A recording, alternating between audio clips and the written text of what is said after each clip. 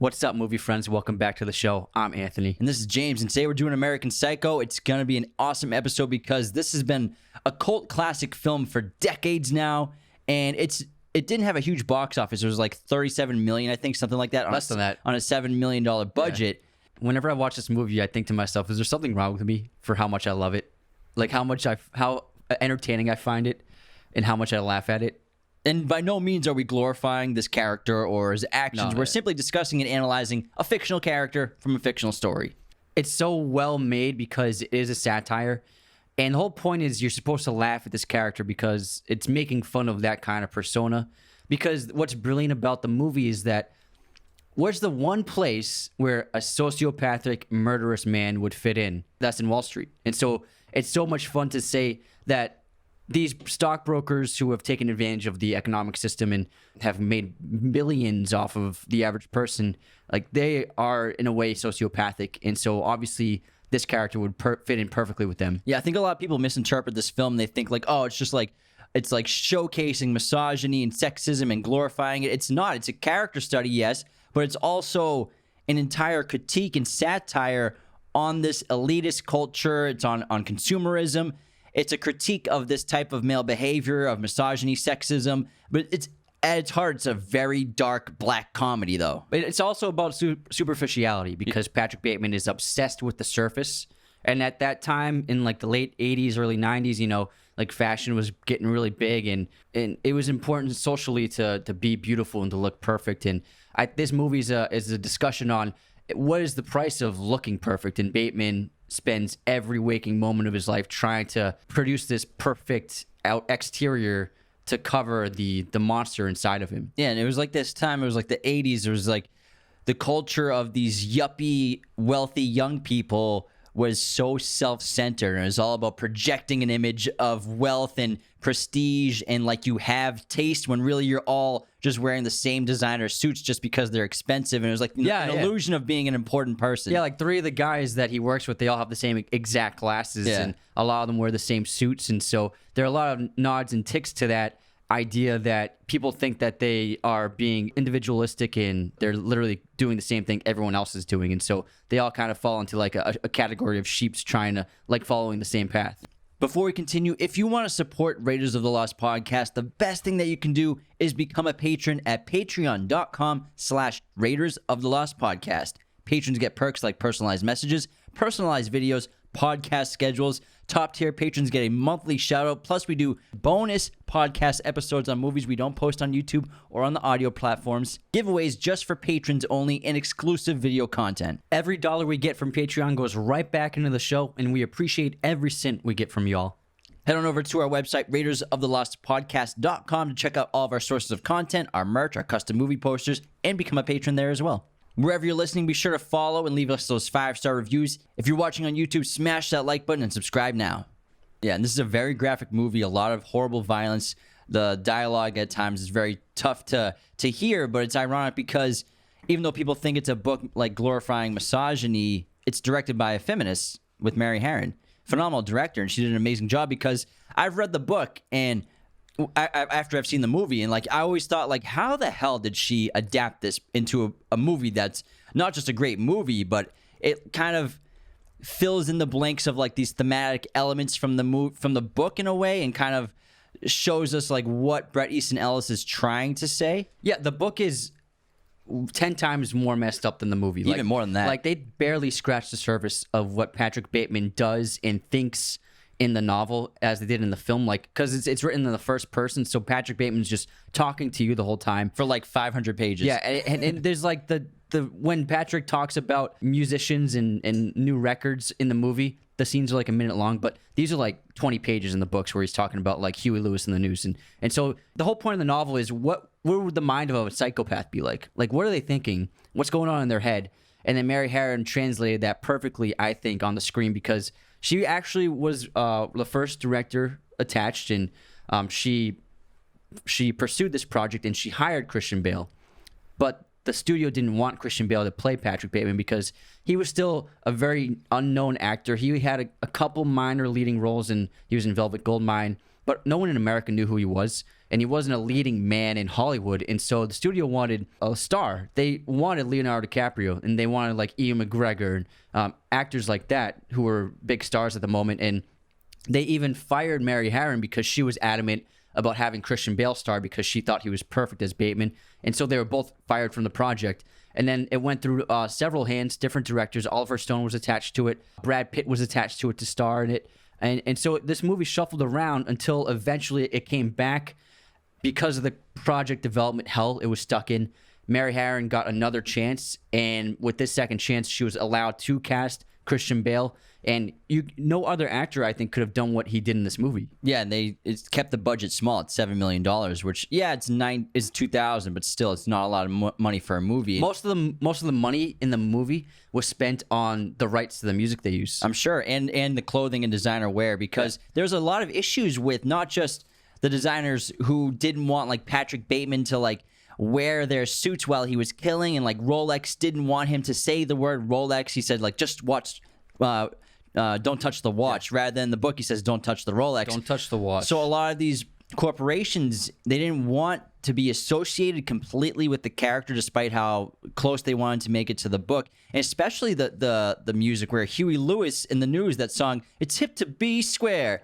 It's in the movie, it's in the book, but it eventually got removed from the film's soundtrack album after the release of the movie, obviously. And that's also why Whitney Houston's song, "I Will Always Love You," they play a cover of that. So if you listen to that scene, you don't hear her singing it because it's not her track. It's a cover they made of that track because she refused to let them use any of her songs in the movie. But I think nowadays they would be open to it for sure. And the rumor is that Huey Lewis had pulled it from their album because he didn't want it to be associated with the movie. But that's not 100% confirmed. But I think Whitney Houston is confirmed, where she's like, I don't want to be associated with this at all. I love how, because Easton Ellis is so brilliant with how he portrayed the society, because all these people, including Bateman, but everyone, they're so obnoxious and they're so materialistic. Like they're constantly name dropping designers, they're constantly name dropping people. That's what the book is like. Yeah, every scene he's just describing outfits. Yeah, like when he's disposing of that dead body in the cab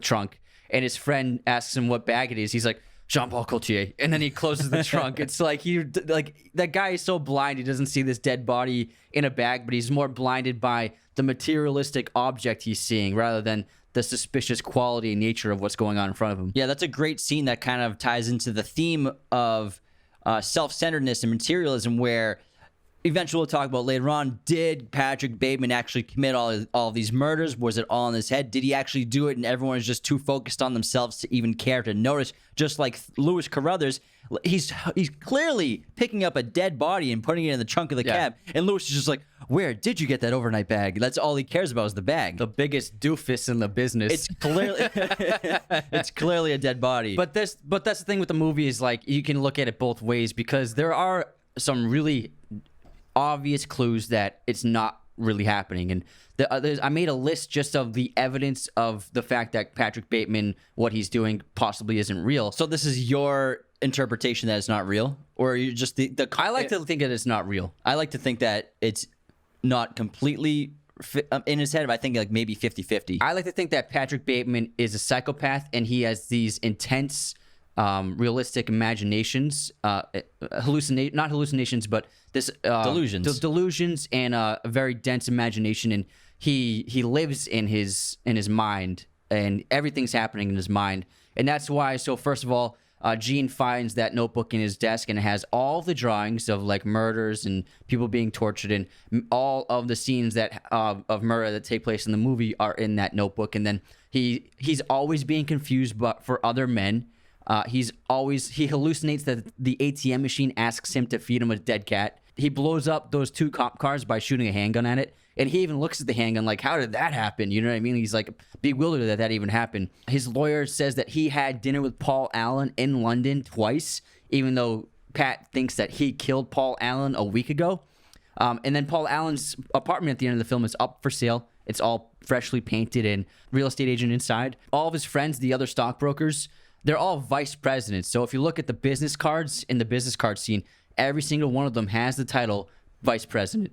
All of their business cards, acquisitions is spelled incorrectly. It's purposely misspelled. And then Patrick also has another typo in his business card where he's missing a space in the Pierce and Pierce part. Yeah, exactly. And then I think what we just talked about, the scene with Lewis in the bag, is and it happens in the book too. It's really funny.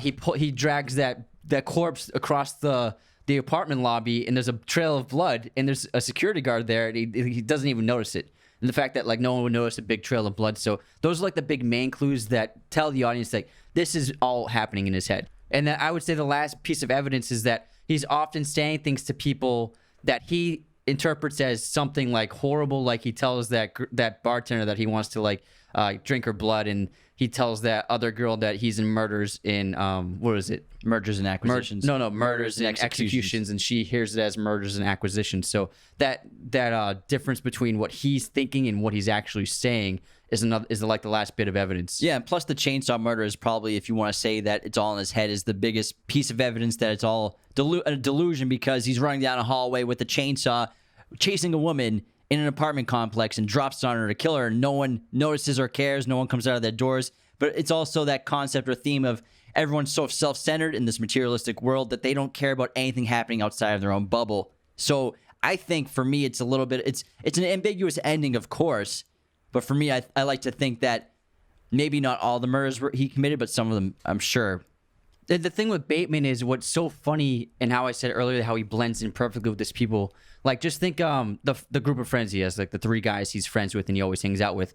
He always says some of the most deranged stuff you can think of to them, and they barely bat an eye. Like he tells them what that Ted Bundy named his dog Lassie, and then he tells them like, one part of me wants to take a girl out for a nice dinner and get to know her, and then the other part of me wants to see what her head looks like on a stick, and none of them even like bat an eye about it. So that shows how these people, they're all sociopathic in a way to be part of this group in this community. Before we continue, I have some breaking news from our sponsor, Manscaped.com, who have just released their Lawnmower 4.0 trimmer, now available for purchase in the United States and Canada. Use our coupon code Raiders of the Lost at checkout for 20% off and free shipping year-round from Manscaped.com. Over 2 million men right now, today, are using Manscaped products because they're the best grooming gear you can get for your money. They've sent us everything from their trimmers, their weed whacker, their men's wipes, their deodorants, their deodorizers, their colognes. Everything is fantastic. Their new 4.0 trimmer, we were some of the first people in the world to get our hands on it, and it blew us away. Everyone listening, Manscaped products are phenomenal gifts for the men in your life. Get their performance packages. It's a bundle of a bunch of different products consolidated into one thing. And fellas, if you're not on Manscaped, you got to get on it ASAP. Use our coupon code Raiders of the Lost at checkout for 20% off and free shipping. And Christian Bale is absolutely incredible in this movie. Legendary performance, probably a fan favorite of most people by him. You could probably say that he was born to play this role, and no one else could have done it like him, like you said earlier. And like he was so dedicated to it that even though he got turned down by the studio and lost the role to, they wanted, like you said, Leo or Ewan. He even called Ewan McGregor to be like, you shouldn't do this movie. I need to do this movie. It's for me. Which a lot of people interpret that as like, that's kind of a messed up thing to do, to like call an actor and tell him not to get it. But I think, Ewan probably was like, he really needs to do this role if he's calling me up and begging me not to do it. So I think I should let him give it a go. Christian Bale, even though he lost the role, he continued to prepare for the role for 9 months. And he told his agent to turn down every offer for an audition or for a movie role he was given.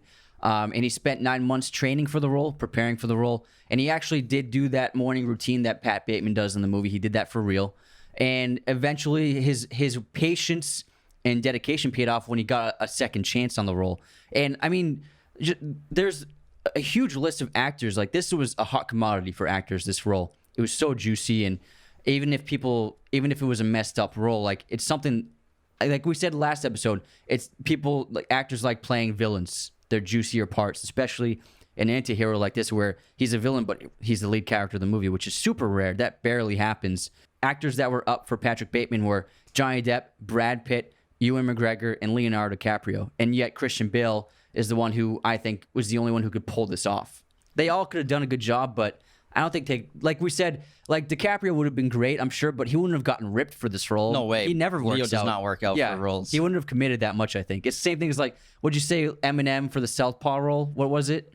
Yeah, I mean, he probably could have done it, but it would, like, Jake Gyllenhaal trained for a year and a half, like Yeah. 5-6 days a week as a boxer, like actual boxer to get in shape for that role. That's why he's absolutely shredded out of his mind. And I mean, Eminem definitely wouldn't have done that, in my opinion. I mean, he is. It's pretty noticeable. And then, so Christian Bale, he is known by everyone now for his physical transformations. That's part of his persona and his myth as an actor. And this was the first time he did physically transform. I mean, he looks a little different in Velvet Goldmine, but it was more aesthetics that he changed.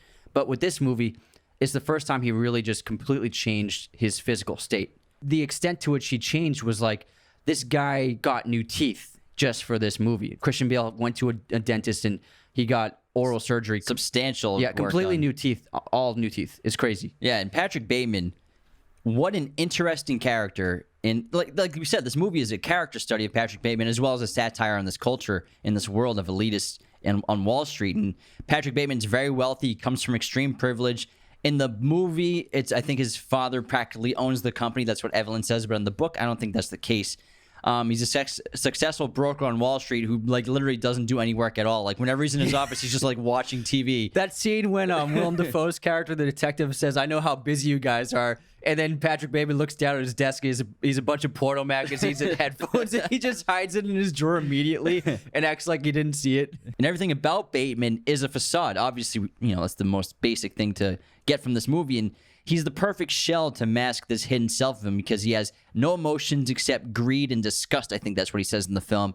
And he's always talking about how this mask of sanity is slipping from him. And it's like he's kind of going downhill worse and worse as the months go on of his behavior and his horrible thoughts. And he's obsessed with fitting in, and he needs constant affirmation to maintain this identity, to blend in and fit in. And he's, like we talked about earlier, he's constantly mistaken for other people. But whenever someone talks about Patrick Bateman around him, they constantly call him like a dork and a loser. So it's kind of like he has to create this shell to make up for that in a way. Yeah, and his routine is one of the highlights of the movie. And it's an infamous scene showing that all the steps to just every morning for Patrick Bateman, whether it be working out or that skincare routine. And I think one of the best shots is when he peels that mask off, and it's a great narration. The thing with that is he's trying to create a perfect shell for himself so that when people look at him, they don't see how horrible his insides are. They see this perfection on the outside. And the thing with that is he's never satisfied. Patrick's always trying to feed this hunger he has. And the hunger goes in a lot of ways, like in terms of how he looks. Like Gene says, "What do you mean you're on a diet? You're so fit." And he says, "You can always look thinner and look better." Like, even though he looks perfect, he still thinks he can look better. And then his insatiable appetite for murder, that he says that his murderous and lust at night is bleeding into his days. And now he's getting more reckless with his murders and his killings, where he's starting to kill people he knows. Because if he first started out by killing homeless people and complete strangers, and now he's killing anyone that ticks him off, like Paul Allen, because Paul Allen has a better business card than him. He has a better apartment than him. And then he contemplates killing Jean because she's just there, I guess. And so his bloodlust is pouring into his daily life, and so he's at a crossroads of trying to deal with this hunger he has. Yeah, it's like the worse that he gets, he becomes inside, the more perfect and pristine he wants to make his shell on the outside. That's why he's always trying to be thinner and be more imperfect. And yeah, I think he actually has 3 routines. He has that morning routine, which is so iconic in the whole thing, like the 5 different lotions and the masks and everything. So that's his morning routine is his first one. And then his second routine is his obsessive restaurant and social circle club routine, which him and all the other Wall Street people are obsessed with doing every night. They need reservations to go out. Like, I'm not going out unless we have reservations somewhere great. Wow, only $5.75. Yeah, and like they're obsessed with, like, they go to places, they go to these restaurants and these bars with reservations just to be seen by other people or for people to know that they've been there, even though they don't even enjoy themselves there. Yeah, like when he goes to that Mexican restaurant with Paul Allen's pissed because he says there's almost nobody here. So he wants to be, they want to be somewhere, they wouldn't want to be in a restaurant that's empty. They have to be places that have to get a reservation because that means it's crowded. And that means it's a place to be. Like Dorsia is this infamous restaurant in the world where everyone is trying to get a reservation, but it's an impossibility. And Patrick even tries a couple of times. And when Paul Allen says, on top of having a better business card, he says that he got a reservation at the Dorsia, I think that's really big. That's what really set Patrick off to want to kill him. Yeah. And then his third routine, in my opinion, is his murder routine, which varies depending on his state of mind. Like, he kills the homeless man. That's the first time we see him kill, which isn't like a very planned out murder on his part. But then he'll have these slow murders where he's luring his victims in, like he does with Paul Allen, with alcohol, and takes them back to an apartment and really seems to enjoy himself while he's doing it. The murder of the prostitutes and everything like that, where he gets to like release his inner monster. Or he doesn't even have an inner monster, you could say, because he says he's just nothing. Like, Patrick Bateman doesn't even exist. He's just some entity inside of the shell of a human being. And I think I would say the most iconic scene is the Paul Allen scene. I would say that by far, it's so entertaining, it's horrifying, and it's when he's finally letting himself loose in front of another person that we see for the first time.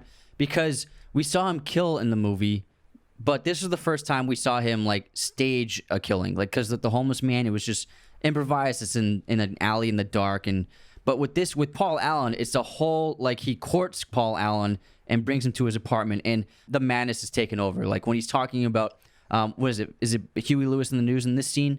And then Paul Allen's just drunk on the couch. You can see just how detached Patrick is from reality, and how giddy he is, how excited he is for the moment. Like, he's like a little kid on Christmas. Like, when he's preparing himself to murder Paul Allen, he's so excited. He's like a little child. It's an amazing scene. I think it's hands down the highlight of the movie. Yeah, and one of the odd things he does when he's like committing murder or doing heinous acts is Patrick Bateman has this odd behavior where he goes off into pop music analysis, and he does this when he's about to kill someone. And also, although he does do this with the two escorts in the first time he has sex with them, he doesn't kill them that night, even though he does the pop music routine, but he definitely thinks about it, like when he opens the drawer and he grabs, I think, duct tape, or he's like about to do something. Well, no, it's not he doesn't think. He does stuff to them, but it seems like it's physical abuse, because he grabs the coat hanger and he says they're not finished yet. So I think after the initial sex, he's very violent towards them. That's why they like run out of his apartment and grab the money and get out of there. Yeah, but this obsession with pop music, it's hard to, for me, I think it's because he's trying to use it as a means to fit in with other people. Like, whether or not he truly enjoys it, I think that's hard to know based on his lack of emotions in general. It seems like Patrick Bateman just listens to pop music and retains a ton of information on it just to fit in anywhere with people, because his analysis of whenever he's talking about pop music, it's like he's reading it out of a Rolling Stone magazine, like word for word, just like how he's talking about those dishes when he takes the woman he's having an affair with out to dinner while she's on the medication and she's like barely awake. And he's talking about the dishes just like the pop music, like he read it in a magazine. It's hard to really pin down what the meaning of it is. You could say that because pop music is the most mainstream, top 40, you could say that it is the least artistic in a lot of ways, pop music. And maybe he just is drawn to that the same way he's drawn to the materialistic items of like fashion and wealth, and jewelry. So it could be a similarity between like a Dolce & Gabbana bag and a pop song. Let's take a few minutes to head into intermission, which is brought to you by Manscaped. Use our coupon code Raiders of the Lost at checkout for 20% off and free shipping. And intermission's a lot of fun. We'll do some movie quote competitions, a trivia question, and have a little fun guessing game back and forth. And so it was a laugh riot. It's always a laugh riot. Africa, oh Africa. Or is it Brave Africa? Brave Africa. Brave Africa. So I'll go first. I'm going to say a movie quote, and Anthony has to guess it. Let's go. You're not hunting him. He's hunting you. I feel like I've seen it recently. You're not hunting him. He's hunting you. I can't get it. First Blood. They drew first blood. Troutman says that, his little colonel. Yeah. Okay, here's my quote.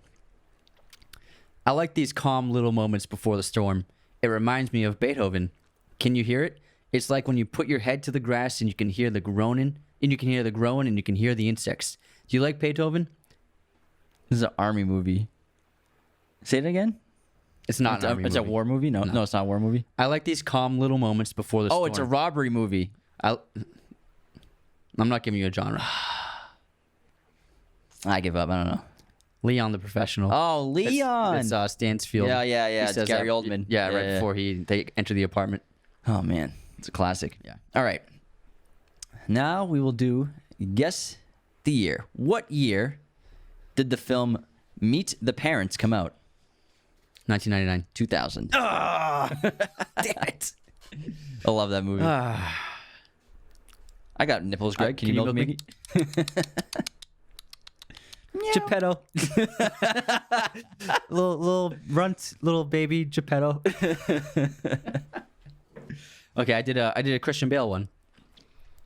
Guess this movie release year. Terminator Salvation. 2009. Yeah. Movie's trash. I don't know why. Yeah. That movie's not good, guys. Not a good movie. There's only been a couple of good Terminator movies. All right, now we do movie pop quiz. The film Scream features a cast member from the show Friends. Who is it? Courtney Cox. Nice. That was easy. Yeah. Dun, dun, dun, dun. Did you see they're doing that reunion? Yeah. Looks pretty cool.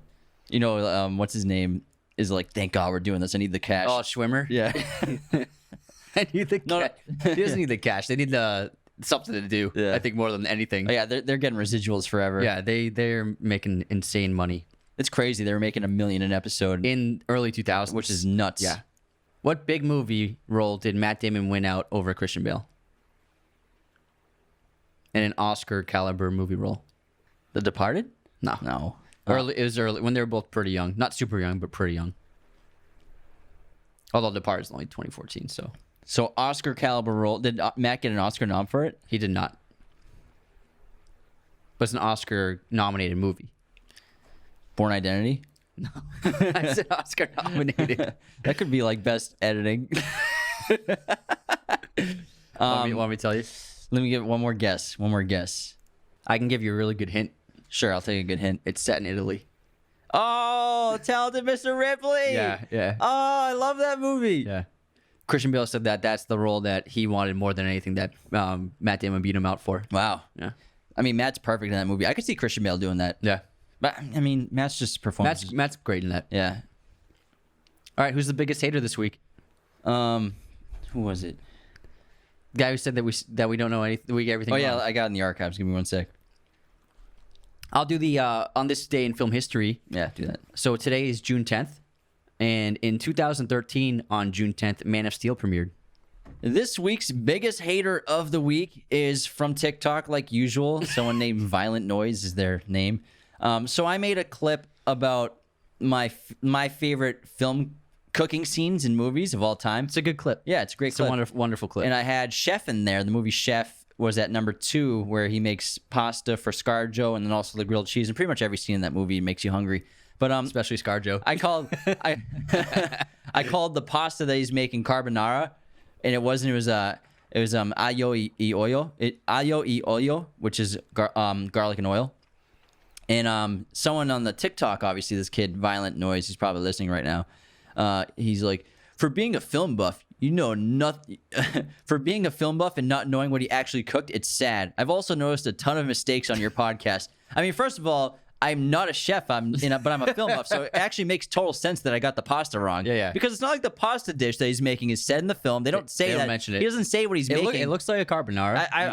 I haven't. It doesn't have bacon in Yeah, it, but it I mean, doesn't have the it's meat. easy to see it. Yeah. You could be confused. There's no by egg in it. There's no egg in it either. I messed up. I said carbonara. I was like, yeah, whatever. It's probably carbonara. And it's not like it has an integral role to the plot of the film of him making aglio e olio. But the best part about this guy is because we got in a little comment war with him, and because he said he said you guys always make mistakes. Like you got the cars wrong in that driving episode, and then you got someone's name wrong, and it's like. So you're calling out a movie podcast from 9 months ago in which we forgot to call a certain car a Toyota Supra in the Fast and Furious episode. Yeah, actually mixed up Supra. Yeah. And he's been upset about that ever since. Yeah, and so I said, I literally commented that was like 8 months ago, bro. And he said, oh, I guess that time doesn't make it true anymore. It's like, dude, really? You're hard. And it's like, And he accuses us of making scripts. He's like, you guys write scripts for your episodes. We don't write scripts. Who has time to write 2 90-minute scripts a week, word for word? This is all a lot of work. improvised. That's a All lot of work. improvised. And we also, have notes. That's it. if you, there's a reason why we don't film live because it's not scripted. Yeah. It's not Crime Junkies, This is not a scripted show. Anyways, it's spaghetti. I love spaghetti. I'm an avid fan of eating it. But it's spaghetti, and it's a film podcast. Sorry, bro. Who gives a F? Who gives a F? Exactly. He's probably so mad still. He's probably listening like, oh, man. He probably had a dream about it. Sorry, Violent Dream. Violent, what kind of name is Violent? Oh, Violent Noise. His name's Violent Noise. What is Violent Noise? Is that it for our intermission? That's it. Oh no, streaming. One more thing. So I have a recommendation for a streaming recommendation. This movie's on Netflix, and I recommend you check out War Dogs, starring Jonah Hill and Miles Teller. It's a great dark comedy. Todd Phillips, who made Joker, directed it. It's might be the closest thing since Goodfellas in terms of the storytelling, because it is told very much in that style with voiceover narration by Miles Teller's character and how he rises from a nobody to a wealthy criminal and his downfall. And it's got a great cast. Bradley Cooper has a fantastic small role in it. And I think it's just an awesome movie all in all. It's funny, it's dramatic, has good action. It's really interesting because it's based on a true story. So if you haven't seen it, check it out. And Jonah Hill's put on like 50 pounds for that role too. He's got this crazy tan. Yeah, he's massive in that. Like such like a flamboyant performance. His laugh in that movie, he's like, ha, ha, ha, ha. I love Jonah Hill. Yeah, so I think he did this right after Wolf of Wall Street. And so I think with this movie, Todd Phillips is like, yeah, do whatever the hell you want, Jonah Hill. You're brilliant. Go for it. But yeah, check it out. And if you love 80s movies, check us out on the latest episode of Buzz in the Tower podcast. We're going to do a Arnold and Sly 80s movie swap on their podcast. So go check it out. It was a lot of fun, everyone. You'll like it. Before we continue, I have to tell you all about movieposters.com, the #1 place to get your posters online today. Don't go to Amazon. I know it's free shipping, but it is bad quality. Movieposters.com is the best. They sent us all these amazing posters you see on our set, and they have paired with us to offer a very special promo, Raiders15. Raiders15 is our promo code to get 15% off your order today at movieposters.com. They have all sorts of framing, backlighting, sizes, pretty much every movie imaginable. Movieposters.com has it. Again, use our promo code Raiders15 at movieposters.com to get 15% off your order today. All right, that wraps our intermission. Let's head back into American Psycho. And in terms of iconic scenes, I think that easily one of the most iconic of this movie has got to be the business card scene. Yeah, and this scene is, I think, it's the reason, obviously, why Patrick decided to kill Paul Allen, because Paul Allen seems to be better than him in every facet of his life. Like, he handles bigger accounts than him. He's like, well, how'd you get this account? He's like, I can't tell you that. I'd have to kill you. He has a better business card. He even got into Dorsia. And Halberstram. Halberstram. If it's not completely obvious in the movie, but in the books, business cards are extremely important to Patrick Bateman. It is vital to his existence, how people view his business card. Yeah, and my favorite part of the scene is obviously Christian Bale's performance is exceptional. This moment, he looks like he's about to tear down a building, but he's holding all that anger. When he's holding it in his hand. He's just like sweating profusely and like pale as a ghost. Right. Let's see Paul Allen's card. But I love the business card scene where Paul Allen mistakes Patrick for Halberstram. Bateman, as he's talking to us, he says that Paul does this because since him and Halberstram both wear Valentino suits, they have the same brand of glasses, and they also have the same barber, but he has a slightly better haircut. It's not just the same brand of glasses, it's the exact same glasses. But ironically, this perfectly describes Paul Allen, too. He's also wearing, it looks like a Valentino suit. I don't know the difference, but it looks like he's wearing the same exact glasses, too, and has the same exact haircut. And so does everyone else at this table. Every character at this table looks exactly the same. So that's the real irony of these characters. Even though Patrick Bateman is a sociopathic killer, they're all carbon copies of each other, and they're all kind of like this generic, wealthy, elitist on Wall Street trying to be something better trying to be better than everyone else when they're all exactly the same. And that's what the business cards are like too. They all look pretty much the same. Like, they're all the differences are so subtle, but even those tiny subtle differences are so dramatic to Patrick in his head. And even though he mistakes Patrick for Halberstram, they're all Halberstram. Yeah. The compliment was sufficient. Don't touch the suit. And the thing with Patrick, he lies constantly, but he's a terrible liar. And some of the funniest lines in the movie are his ridiculous lies. And I think that like the fact that people don't find it strange, some of the excuses he comes up with are ridiculous. Like multiple times when people ask him where he's going or where he was, he says he was returning videotape. It's not just lies. He's kind of like confessing openly to people constantly in the movie, but I think it also, that ties into this concept of, did he actually kill all these people and everyone's just too self-centered to even realize or notice what he's doing? Like, several moments he blatantly tells friends that he's like killing people. He tells Evelyn that he's a homicidal maniac, and he draws killing a woman with a chainsaw on the table while he's breaking up with her. And then again, the Lewis Carruthers scene where he, not only when he tries to strangle him for a second, but also putting the body in the trunk. It's blatant that there's a body in that bag, clearly, but he's only focused on the brand. His lies are so ridiculous. Like, he tells the detective, like, he says multiple times he's going to the Four Seasons to get out of a situation, even though the Four Seasons is uptown and he's downtown and there's no way he can make it in time. Like, and he tells his friend that the bloodstains on the sheets are cranberry. It's cranberry, crayon apple. And then he says that he tells the detective that he has a lunch date with Cliff Huxtable, the father in the Cosby Show. And so his lies get so ridiculous and blatantly obvious that it's hard that no one can even see through his facade that he's presenting. And I love the scenes with Detective Kimball, played by Willem Dafoe, because Mary Harron, she asked Dafoe to portray this character in 3 different ways. The first way he would do it, Kimball knew Patrick killed Paul Allen. The second way, Kimball didn't know Bateman killed Allen. And the third way, Kimball wasn't sure if Bateman killed Allen. And Harron did this and would edit these takes together because it gives the audience an unsure vibe as to what Detective Kimball is thinking of Bateman at the time. Yeah, those conversations, they are bizarre, and it works really well because at times Willem Dafoe is aloof.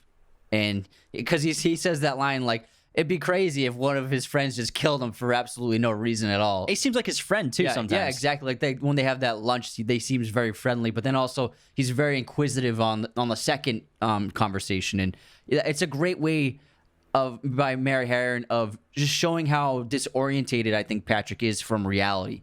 And speaking of disorientation from reality, they're all disassociated from reality because they're all so obsessed with social status, these social circles. All they care about is their reservations, being seen at exclusive places. They're all having affairs with each other. They're all doing a ton of drugs and drinking like crazy. They all have these high-paying jobs, but they just sit around their office all day doing nothing, pretending like they're doing work. And even like the scene where they're talking about world politics, like they actually care about it, or like they're actually gonna do something about it. And Patrick's like answer to the question is like, it's a great answer for like a politician. It's just so fake. It's literally, I think it's literally word for word drawn from one of Ronald Reagan's speeches. It sounds like it. Yeah. These characters, they're also detached from reality, consumed by these social status, consumerism, materialism, and they're all like the extreme version of a person who's sort of lost what it means to be human. And that's why you could say Jean is the only person in the entire film who ever shows humanity. Because she's the only person who sees Patrick for what he is eventually. Because first he insults her on that phone call, and then she finds the notebook and sees all of his horrific drawings in it. And so she's the only person to see through him and to see who he truly is. Whereas because she's not materialistic and she doesn't care about surface, whereas everyone else is so obsessed with the surface where they don't notice these horrible things that Patrick Bateman is always saying and doing. And another great example of that is he's always telling Jean how to dress. He's like, I like heels. Wear heels. He's like, you're prettier than that. You can dress better than that. And she never takes him up on that. She never succumbs to the peer pressure of dressing how he wants. Yeah, you're dressed okay? You should probably change before we go out. So Dorsia is where Jean wants to go. They know me. You didn't leave a name. They know me. What's that? It's duct tape. 2 at 9? Great. And then the inner monologue of Patrick, I think this movie, one of the strengths of it is the narration, because it helps you understand what's going on in Patrick's head, because there's so much in the book. Like, for example, when they go to that restaurant in the opening of the movie, and Patrick says he's on the verge of tears when he realizes they might not get a table. And an awesome wave of relief washes over him. So that's just like the emotional roller coaster that goes on within him in terms of just seeing if they could get a table in a restaurant. And so that shows how like manic and out of control he is with his emotions. Yeah, a lot of the dialogue from the movie, it's literally word from the book. Like, Yeah, it's mostly almost the same. all of it is word for word, which is great. But in the book, he does some. I don't want to go into detail because I don't want to disturb any of our viewers. But he does like the most messed up things imaginable. I recommend reading the book if you can handle that kind of stuff. It's a really fascinating read. But it is just beyond fathomable what Brett Easton Ellis came up with. And honestly, it sounds so realistic and believable for what a psychopath would do to people. Like people are obsessed with crime junkies and other podcasts like that, and true crime, and there's a certain extent to like that people want to listen to those graphic details. But I think Easton Ellis pushes that envelope so far where it blows any kind of true crime podcast or movie or show out of the water, because it reveals just like the depths that are unimaginable for most people for what another human being is capable of. Yeah, the book version of Patrick Bateman makes the movie version seem like a volunteer at like Salvation Army. It's insane. One of my favorite parts about Pat in the books is his obsession with the Stairmaster at the gym. Like he like part of his workout routine is he has to go on the Stairmaster for 30 minutes, and then there's a scene in the book where someone was on it the whole time he was at the gym, and it drove him crazy because he was so mad because he couldn't go on the Stairmaster. And it actually happens to me at the gym. I get super upset when I can't get the squat rack. But I don't murder people over it. But the thing is, it's such a violent movie and graphic character that a lot of people warned Christian Bale, like, this is career suicide to take a role like this. You shouldn't do this. And I'm sure that's why, like, maybe Leo didn't want to do it because it would have affected his audience. Because Leo, at the time, this is after Titanic, or like, right, 1999. Yeah, so, a like, few years after. he had the biggest audience in the world, you could argue. And in the majority of his audience was young girls and young women. So he didn't want to... he was on the cover of like every gossip magazine. Yeah, he didn't want to create a division in his audience or lose people as a fan base. I think that's one of the reasons why he probably didn't want to do it. But Christian Bale, I'm sure, took that role and he looked at it. He's like, I don't care what anyone says. That makes me want to do it more. Like, this is a role that I was born to play, and I know I can do it. He's like Tom Brady with the chip on his shoulder. Yeah, and it eventually led him to getting lead roles, and that's how, obviously, you can argue that if he didn't do Patrick Bateman, he probably would never been Batman. Yeah, that's absolutely true, because he was in some really good movies. Like, he was in Little Women. He played what's the kid's name? The role that Chalamet played in the newest update. And he was always a good actor, but after this, then he did Reign of Fire, and so he led a huge blockbuster movie as like the leading man. The Machinist, he's a leading man, but that's not a huge movie. Super indie movie. Yeah. Like, no one saw that, and that was after Reign of Fire, I think. But like, if it wasn't for, I think this is what got him Bruce Wayne's the audition for Bruce Wayne, because he plays the Bruce Wayne billionaire persona in a way in this movie as Patrick Bateman blending in with society. It's the same thing as Bruce Wayne blending in as this playboy billionaire. And so I think that's seeing him in this movie is what Chris Nolan saw in him. He's like, oh, I think he could play a good Bruce Wayne as the billionaire. Let's see if he can play the other two facets of the Batman character. Yeah, there's similarities for sure between the characters of Bruce Wayne and Batman and Patrick Bateman, and you could probably argue just like his inner monster, because both played by Christian Bale, obviously. Both characters deal with this concept of duality of a being, of a person. Bruce Wayne is a facade to hide the identity of Batman. Patrick Bateman is a facade to hide the identity of that monster that lives inside of him. And there's an idea of Patrick. There is no real Patrick. He's simply not there. Whereas Batman is his identity, and uses Bruce as the facade and the mask. Yeah, you made it a little list. That was awesome. Thanks, bro. I love that. That's really, they are so similar. I never thought of that. And even Patrick Bateman's mask that everyone sees is his real mask, just like how Bruce Wayne's face is Batman's mask.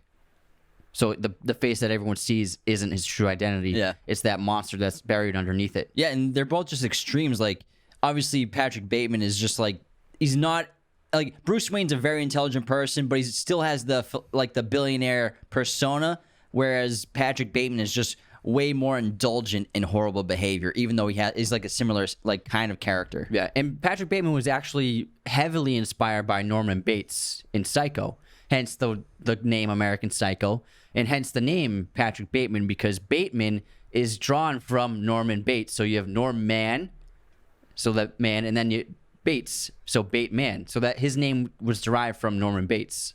And Christian Bale also sort of loosely based the character off an interview he saw of Tom Cruise in 1993 on David Letterman. And he said he was like taken aback by or obsessed with this like aggressive friendliness of Tom Cruise, even though he saw nothing behind his eyes. It's something like that. It's a really interesting interview. It's like him and Letterman are talking about climbing and mountain climbing and rock climbing and flying, and Cruise is like aggressively friendly and laughing hysterically when it seems like the story isn't that funny. It's very similar to Patrick Bateman when he's talking to other people. He's that loud fake laugh, which is just full of just fakeness. Well, all talk shows are fake. Yeah, all talk shows, the actors give their PR team gives the talk show host cue cards with questions, prepared stories. So, but when you watch, yeah, when you watch Tom Cruise on talk shows, sometimes he goes pretty far. It's like there's nothing behind him. Yeah, he seems like Patrick Bateman sometimes. Yeah, 100%.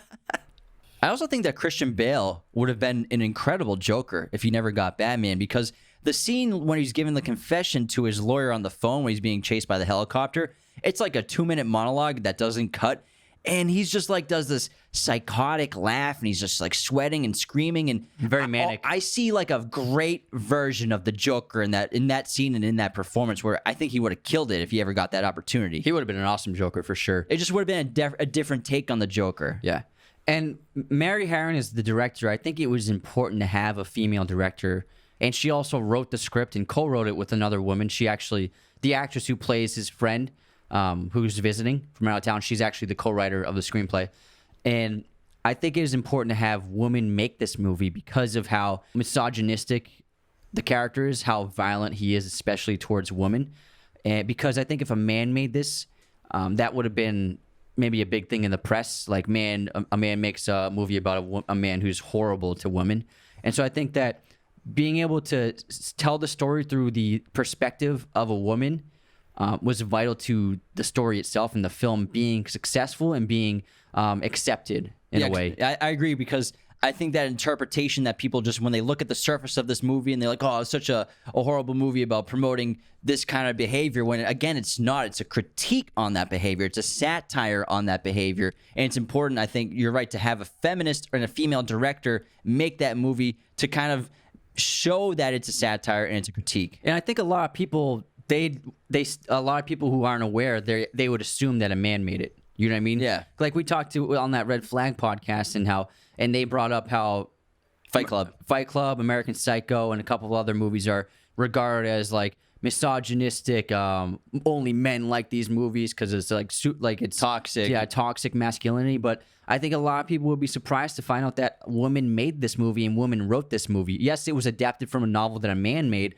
but also like I think that shows the idea that this is storytelling, and Mary Harron is telling this character's story. And it's the same thing as people who think that Martin Scorsese is glorifying violence or glorifying being a gangster or glorifying debauchery with Wolf of Wall Street. It's like, that's not what they're doing. They're telling the story of this character. And the only way to do that is to tell it through the character's point of view. And so she's telling Patrick Bateman's story, and the only way to tell it is through his point of view. And in order to do that accurately, you have to show him do horrible things, say horrible things, and think horrible things. And he's the lead of the movie, so it's not that he's a hero. You would identify him as an anti-hero because he's a villain who's the lead of the movie.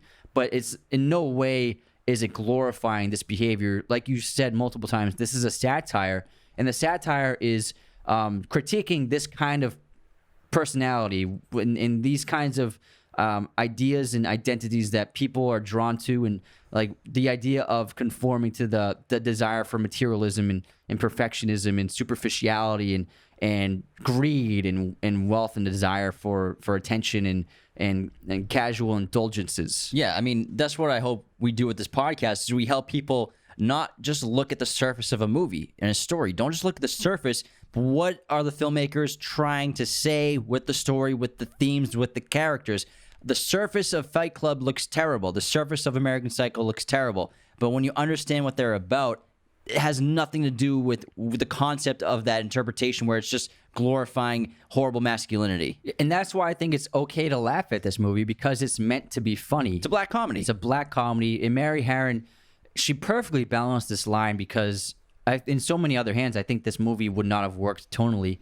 But she really manages to get that across, where she shows these horrible things and Patrick Bateman says and thinks these terrible things, but they're funny.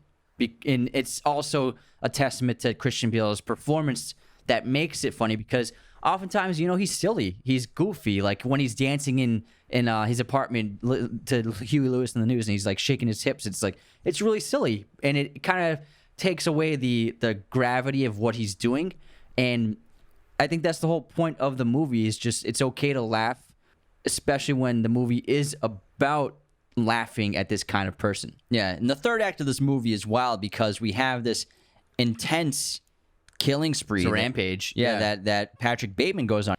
The woman at the ATM with the gun with the feed me a stray cat situation. Then he kills cops. He kills security guards. He kills the security guard in the wrong building. Yeah. And so did this happen? Like, what really happened at the end of American Psycho? Like, is there a clear answer of he committed all these murders, he didn't commit all these murders? There's a lot of possibilities, and the book and film are both ambiguous with their ending. Did Patrick Bateman even kill anyone at all? I think that personally, Patrick Bateman is a killer, but not the kind of killer that he thinks he is or wants to be. Like, I think like some of the murders he did commit. You think like he probably just killed the homeless people, maybe? I think he killed the homeless person for sure. I think he killed that woman he picked up on the sidewalk when they're both crossing the street, and you see her head later on. I mean, he's holding her lock of hair in the office, which is great because no, she's the one head in the freezer. Well, yeah, but it's also the next cut of the movie is him holding her lock of hair. No, that girl's from the club. Oh yeah, you're right. Yeah. Okay, so the sidewalk lady in the head in the freezer. Head in the freezer. And then the girl at the club is the girl that mergers and acquisitions girl. Okay, Yeah. So which is great because Mary Harron doesn't have to show you the murders. She just does the great cuts of like, here's the lock of hair and here's the head in the freezer. So I think that Patrick Bateman commits maybe half these murders, maybe not all of them. Obviously, the part where the delusion seems to be real is the chainsaw murder for me. That's ridiculous that no one comes out of the building. But again, it's that concept of everyone in this movie is so self-centered and absorbed by themselves and their own desires. They don't care what's happening around them. They don't even notice. Just like how Evelyn doesn't even look at the table when he's drawing a woman killed with a chainsaw with a crayon, which is insane. And then the ATM thing where feed me a stray cat, that's obviously a delusion probably in a way, and shooting everybody. Maybe he does kill them all. And the concept of, like I just said, that everyone's just too self-centered to notice what he's doing. But I think he probably kills half the people. I think he does not kill Paul Allen, though, because Paul Allen's apartment is pristine and cleaned, obviously, when he goes back to it, and it's being shopped by a realtor. But also the lawyer at the end says that Paul Allen, he had just had dinner with him in London twice, right? 10 days ago or something like that. But again, that brings me back to the point where they're all mistaking each other for each other. They're all carbon copies of each other. So maybe the lawyer thought that Paul Allen was someone else, or he thought that the person he had dinner with was Paul Allen. Yeah, that's definitely a way to look at it. But the thing with the apartment at the end is that means that it was never Paul Allen's apartment, and that it was always just an empty apartment that Pat probably like broke into and had this delusion that he was using it to store bodies. Yeah, so maybe he killed the person he thought was Paul Allen, but that wasn't Paul Allen. Yeah, or he killed nobody. Yeah. Because in that apartment, when the escort's escaping during the chainsaw scene, she uncovers like 7 different bodies throughout the apartment. And so that shows that the whole thing could have been a delusion, and that it was just an open apartment that nobody was living in at the time. Ambiguous endings are fun because this movie came out in 2000. We're still talking about it. There's still no clear answer, because I think with film, people really want like an answer. It's because it's a visual medium. It's not like a book where you're okay with ambiguous endings. I think people demand answers when they watch films. I'm okay with ambiguous answers. That's why Inception drives people crazy, because they're like, what happens at the end of Inception? Whatever you want, pal. Obviously, there's like, he's wearing the ring, so that means he's in the real world. So, or maybe he. So then the totems, it's not his totem, it's Maul's totem. So it's all like he's still dreaming, but it's an ambiguous ending. You get to decide what happens. You get to interpret it for yourself.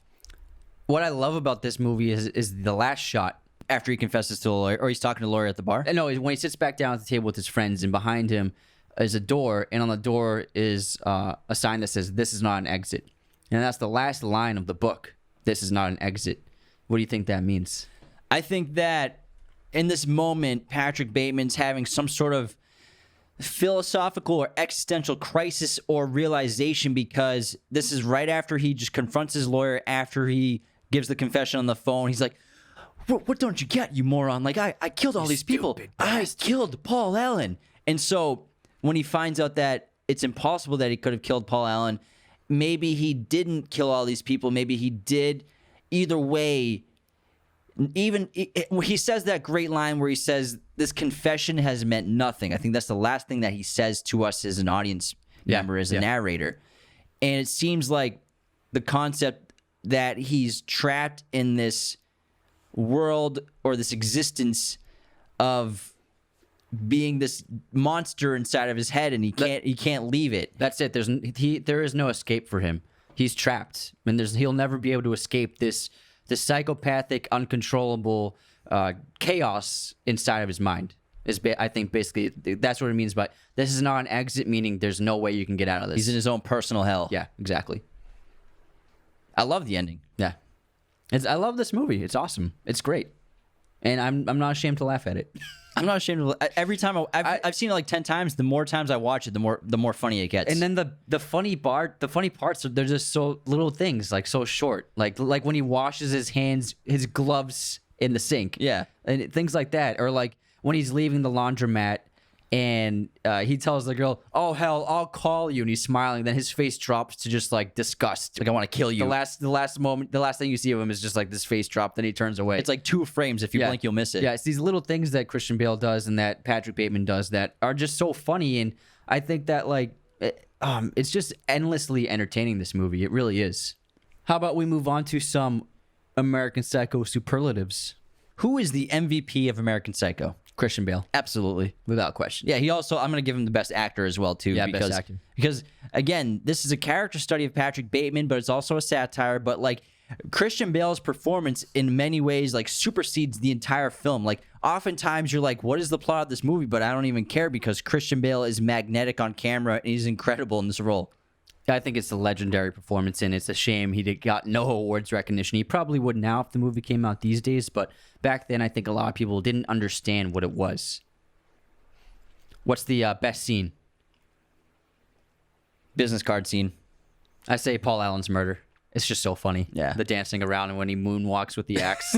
Which he improvised. Yeah. Is that a raincoat? Yes, it is. Do you have a chow? Like a little pup? No. Try getting in the door see you now, you stupid bastard. It's not just about the pleasures of conformity and fitting in. Best line. Best line is, I have to return some videotapes. I think I have to say, hey, I'm a child of divorce. Give me a break. Best shot. I would say it's that at the end. No, I would say the best shot is in the morning routine when he peels off that mask. I think the best shot for me is when he axes Paul Allen, and it's a long take that Mary Harron keeps on him, and so he hacks at him with the axe. Blood splays over half his face by accident, which worked perfectly to show like the duality and split personality of Patrick Bateman. And then she just follows him to sitting down on the chair and smoking the cigar. It's amazing. It's like Two-Face, because when he sits down, all you see is the clean half. Yeah. Sequel ideas. I wish they didn't make one. The one with Mila Kunis is nothing against Mila, but that movie's trash. I never saw it. American Psycho 2. It's really bad. I saw a couple clips of it, and I was like, this is horribly written. It's really, really bad. It's so bad. This movie shouldn't have a sequel and should never be remade. I know that it was on Broadway, actually. It was pretty successful, and Matt Smith played Patrick Bateman. The Doctor. I'd be curious to see that performance. I'm sure that was funny. All right, everybody. That wraps our episode on American Psycho. We really hope you enjoyed this one. Make sure to become a patron to help support the show at patreon.com/Raiders of the Lost Podcast. Check out all of our content. Subscribe on YouTube. Follow us on Spotify, Apple Podcasts. And be sure to go to RaidersOfTheLostPodcast.com to check out all of our content and merch. Thanks for tuning in. It's hip to be square. Raiders of the Lost Podcast is a mirror image production. Sound mixing done by Jacob Kossler. Opening music by Chase Jackson. Hit that subscribe button and notification bell. Listen to the audio format of Raiders of the Lost Podcast on Spotify, Apple Podcasts, Google Podcasts, and wherever you listen to podcasts. New episodes every Monday and Thursday. support us on Patreon at patreon.com/Raiders of the Lost Podcast.